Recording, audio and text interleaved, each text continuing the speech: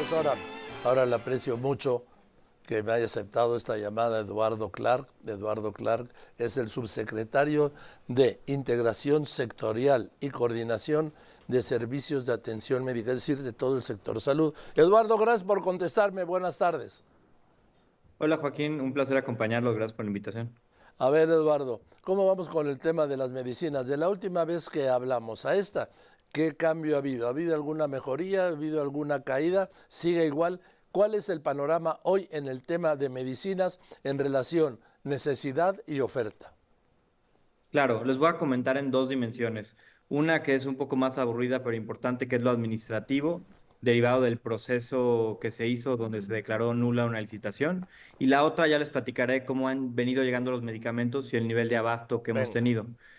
En primer lugar, ustedes recordarán, hemos comprado cerca de 3,000 tipos de medicamentos e insumos para la salud. 1,500 de ellos fueron declarados nulos en un proceso en el cual buscamos evitar un daño al erario por sobrecosto en la compra de medicamentos. Y de esos 1,500 medicamentos que se habían declarado cancelados, ya se volvieron a generar contratos para 954 de ellos. Esto fue apenas el día lunes pasado, 12 de mayo, y eso permite que podamos seguir avanzando a poder volver a solicitar todos estos medicamentos que tan importantes son. Entonces, para que la gente tenga claro, este proceso que se declaró nulo por presunciones de corrupción que siguen siendo investigadas, ya reparamos una buena parte y antes del 26 de mayo se terminarán de concluir todas las subastas de los medicamentos que quedan para ya tener contratos completos de todos los medicamentos para el siguiente año y medio. Eso es lo administrativo Mira, que está hablando sucediendo del administrativo, perdón, Eduardo, Sí. estos son los contratos que se acaban de firmar, pero los tiempos de entrega y de distribución, que es lo fundamental, una vez que se tienen las medicinas, claro. Claro, entonces les platico qué ha venido pasando con eso. De estas claves que se declararon desiertas, 175 eran las más importantes de comprar. En las últimas 3 semanas, desde la última vez que estuvimos en este espacio, compramos 85 millones de piezas de estas 175 claves muy importantes que ya han comenzado a llegar. Son particularmente 21 oncológicos que hacían muchísima falta, que la propia presidenta había referido, autorizó una compra emergente. ¿Y cómo se ve esto en términos generales con los datos globales? Y ahora, si quieren ustedes, hablamos de detalle. Sí. En el mes de enero llegaron a todo el sector 51 millones de piezas de medicamentos. En el mes de febrero, 67 millones. En el mes de marzo, triplicamos el número casi para 168 millones de piezas. Eso ya es más o menos lo que requiere el sistema para estar en tablas más o menos. Lo que llega es lo que se consume. Y este mes pasado de abril llegaron 159 millones de piezas, ligeramente menos, asociado a temas de Semana Santa, días hábiles, pero también a este proceso de compra de insumos que se tuvo que declarar desierto. Y hasta ahora, en las primeras semanas de mayo, llegaron 38 millones de piezas. Es decir, en números redondos, ya vemos una estabilidad en números muy, muy, muy superior a lo que vimos en diciembre, enero y febrero. Casi 3 veces el número de piezas que se recibieron en enero. ¿Dónde nos tiene esto? En el IMSS, el abasto global medido a través de receta surtida ha pasado de un histórico bastante bajo que tuvimos a inicios del año de 90% de receta surtida, que es algo francamente inaceptable, a estar ya arriba del 95%. Ha subido 5 puntos porcentuales. Todavía nos falta ese mismo tramo, pues volver a recorrerlo. En el caso del ISSSTE, hemos subido de cerca de 90% a 94%, también un incremento. Y en el IMSS Bienestar hemos subido de aproximadamente 70% de claves con abasto a un poco más de 80%. Es decir, ahí es donde está la tarea más pendiente asociada a las entregas de los contratos que todavía tenemos que seguir recibiendo. ¿Ha mejorado? Yo lo noto día con día en lo que nos reportan los hospitales, pero todavía no estamos y no estamos diciendo que estemos ya en ese punto, todavía no estamos donde tenemos que estar y donde nuestro compromiso es llegar. En el tema del ISSSTE hay faltantes en donde antes no había como su buque insignia, que es el Hospital 20 de Noviembre, ¿no? Sí, tenemos, les voy a ser muy franco porque digo así, he tratado de serlo en estos meses. Las claves que hoy más nos están perjudicando son algunas claves de muy bajo volumen, de alta especialidad, es decir, en ciertos hospitales, material de curación en particular, hemos estado batallando. Y les voy a decir un poco la razón. A ver. Originalmente nosotros habíamos pensado que solo íbamos a tener que relicitar, es decir, conseguir nuevos proveedores para 175 claves en sobrecosto.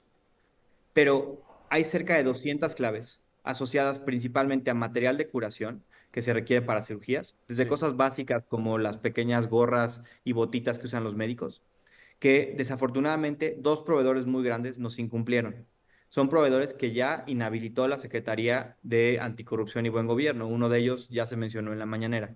Y en esas claves en ¿Cuál es? particular, ¿Cuál es?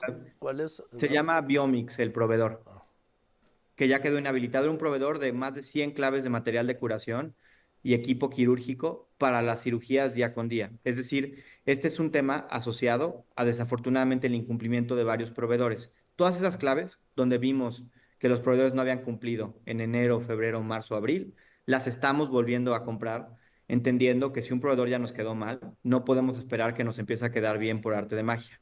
Y preferimos nosotros hacer un proceso nuevo de compra. Ahí es donde todavía tenemos un tramo de oportunidad importante.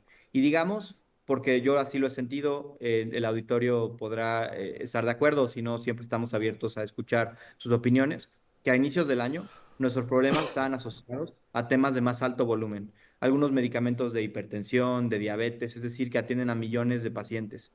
Y son medicamentos muy importantes, pero tal vez no de soporte de vida, que si se queda una semana sin tomar, generen un problema de fallecimiento o agravamiento de la enfermedad. Esa parte del alto volumen ya la vemos mucho más regularizada. Hoy estamos todavía cerrando la pinza con toda transparencia en algunos insumos más específicos en los que no hemos logrado tener una proveeduría adecuada. Ahora, estas empresas que incumplieron, obviamente no las van a aceptar otra vez en el concurso o en las compras, ¿no? Exactamente. Lo que hicimos fue, nos sentamos todo el mes de marzo y abril con la Secretaría de Anticorrupción y Buen Gobierno, identificamos a las empresas que habían vendido de sobrecosto asociado a temas que creíamos podían ser de colusión, las empresas incumplidas, las empresas que tal vez ganaron la licitación, pero ya revisando su documentación no era la adecuada, falta de permisos sanitarios, ese tipo de cosas. Y ese son el tipo de empresas que no estamos invitando a las subastas que comenzaron a realizarse ya estos días. Lo que hemos visto, Joaquín, y ha sido verdaderamente impresionante para mí, es que verdaderamente sí había un tema de sobrecosto muy, muy notable. Yo te pongo este ejemplo. A ver, De las claves que definimos en sobrecosto, 175 claves, sí. nos fuimos a hacer una compra emergente porque no podíamos esperar por procesos administrativos que la gente esperara 3 meses en lo que hacíamos nuevos contratos. Y compramos lo necesario para 3 meses y lo hicimos con subastas inversas. Traer a los proveedores de la licitación y que nos ofertaran básicamente los que habían participado y no ganado. Compramos 85 millones de piezas, que fueron aproximadamente 2.000 millones de pesos de gasto. Nos salió 1.000 millones de pesos más barato que si hubiéramos utilizado los precios de la licitación. Es decir, claramente había un tema desafortunado que nos tiene muy preocupados de claves que por razones atribuibles a corrupción o a otras razones La se corrupción. compraron. Sí, y eso es un poco, es algo tajante. Yo les pongo un ejemplo que les voy a decir, a mí es de los que más me llamó la atención. Simplemente por no hacer subastas, hubo medicamentos que se compraron en la licitación a 20,000 pesos, que en la subasta los compramos a 4,000 pesos. Medicamentos de cáncer con 80% de descuento con respecto a lo que se ha comprado antes. Si eso no nos hace pensar a todos de los incentivos horribles a la corrupción históricos en el gobierno, pues no sé qué, porque es gente que ha jugado con la vida de las personas para No, ganar cantidades inimaginables de dinero. Y digo, eso es tal vez lo que a la gente le interesa como un tema secundario, lo que le interesa es que haya medicamentos, sí. el medicamento más caro es el que no hay. Pero en este proceso de reponer el proceso de compra, hemos identificado que tenía que haber empresas que no volviéramos a invitar a participar porque no habían cumplido, porque habían vendido muy caro injustificadamente. Y esas son las claves que este mes deben quedar cerradas para que ya mi trabajo y el de muchísimos aquí en la Secretaría de Salud sea asegurarnos de que la distribución opere mejor, que la receta opere mejor, que no le nieguen el medicamento a la gente y no estar atorados todavía en el tema de la generación de los contratos. Eso ya por fin les podría decir a ustedes con mucha transparencia, que estamos viendo ya las últimas semanas de nuestro proceso de compra administrativa y ya ponernos a refinar lo que falta para que todo este volumen que ha llegado de cerca de 160, 170 millones de piezas al mes que llegan al sector, le llegue a quien lo necesita, que es a los pacientes. Claro, a ver. En esto de la corrupción, es que es de cárcel, Eduardo Clark, el que vendan en 20,000 pesos una medicina que vale 4,000 pesos, como lo acabas de constatar tú con esta operación. A ver, pero yo no he visto a nadie ni acusado siquiera. Yo sé que esa no es tu ventanilla, pero sí es cierto, lo fundamental es que haya medicinas, que el que necesite una medicina la tenga, punto. Pero también de la mano con esto es que se castiga a los corruptos. Y yo repito, no he visto ni siquiera una denuncia de quienes cometieron este saqueo, que siempre van de la mano, sector público y sector privado. Si no, no se puede dar la colusión, ¿no? De acuerdo. Mira, ese es, como tú ya lo mencionabas, un tema que va más allá de mi competencia, pero les puedo decir lo que sí conozco yo que está ocurriendo y lo que nos reporta la Secretaría Anticorrupción y Buen Gobierno básicamente todas las semanas que las vemos. En primer lugar, tenemos un proceso que no puedo decir los nombres de las compañías hasta que queden firme, pero de 50 compañías que están siendo investigadas y tenemos por lo menos 3 o 4 que ya es muy claro que van a tener sanciones no solo de inhabilitación para no venderle nunca más al gobierno, pero también sanciones que podrían llegar a lo penal y ojalá sea el caso en caso de que se pruebe. Y al mismo tiempo hay una investigación más larga que está ocurriendo para tratar de desvincular responsabilidades de qué fue lo que ocurrió en los procesos de compra. Eso es algo que lleva internamente Anticorrupción y Buen Gobierno, que ellos el día que terminen su investigación, estoy seguro, lo harán público, pero que se tiene que mantener con cierto sigilo, inclusive de mi persona, en el sentido Sí, de que son investigaciones que se hacen por una autoridad que tiene que asegurar que pues haya el debido proceso de investigación, que involucre que hagan su tarea el tiempo que sea necesario para pero sí vincular se está responsabilidades. haciendo, sí se está No, investigando, Eduardo, a definitivamente. La laboratorio y a cantidad de, funcionarios. la cantidad de insumos que yo he tenido que proveer legalmente a la Secretaría Anticorrupción y Buen Gobierno, que evidentemente ha tenido que hacer en esa investigación, es claro que se está llevando a cabo ese proceso. Em, y esperemos que pronto haya esas responsabilidades. También lo que hemos venido haciendo es, esas responsabilidades se pueden ir atendiendo con un tiempo evidentemente urgente, pero menos urgente que el proceso administrativo que hemos tratado de reponer. Es decir, buscamos primero tener contratos nuevos y luego deslindar responsabilidades ya Entiendo. asociadas a que tengamos nuevos contratos y podamos comenzar a ver abasto más estable. Entiendo que es mucho más urgente, urgente, sí, tener las medicinas y en el lugar que hacen falta, que el procedimiento que ya se está llevando a cabo para detener a estos corruptos. Ahora, ya esto tampoco es de tu ventanilla ni de tus tiempos, pero sí te lo comento. Nadie puede creer que empezaron a hacer estas operaciones en el actual gobierno. Esto lo deben haber hecho en el anterior y en el anterior y por años, ¿sí? Porque era un modus operandi. De acuerdo, yo creo que la corrupción en el sector salud ha sido muy clara históricamente de hace décadas. La administración anterior, y eso sí lo digo con transparencia, tuvo una pelea muy fuerte para tratar de desvincularse de los principales distribuidores más conocidos. Pues no hizo Y nada, yo ya pero tenía bueno. un poco más planchado en el sentido de que la instrucción de la presidenta en esta administración fue enfoquémonos en quitar del medio a los intermediarios que normalmente han hecho un negocio de la salud.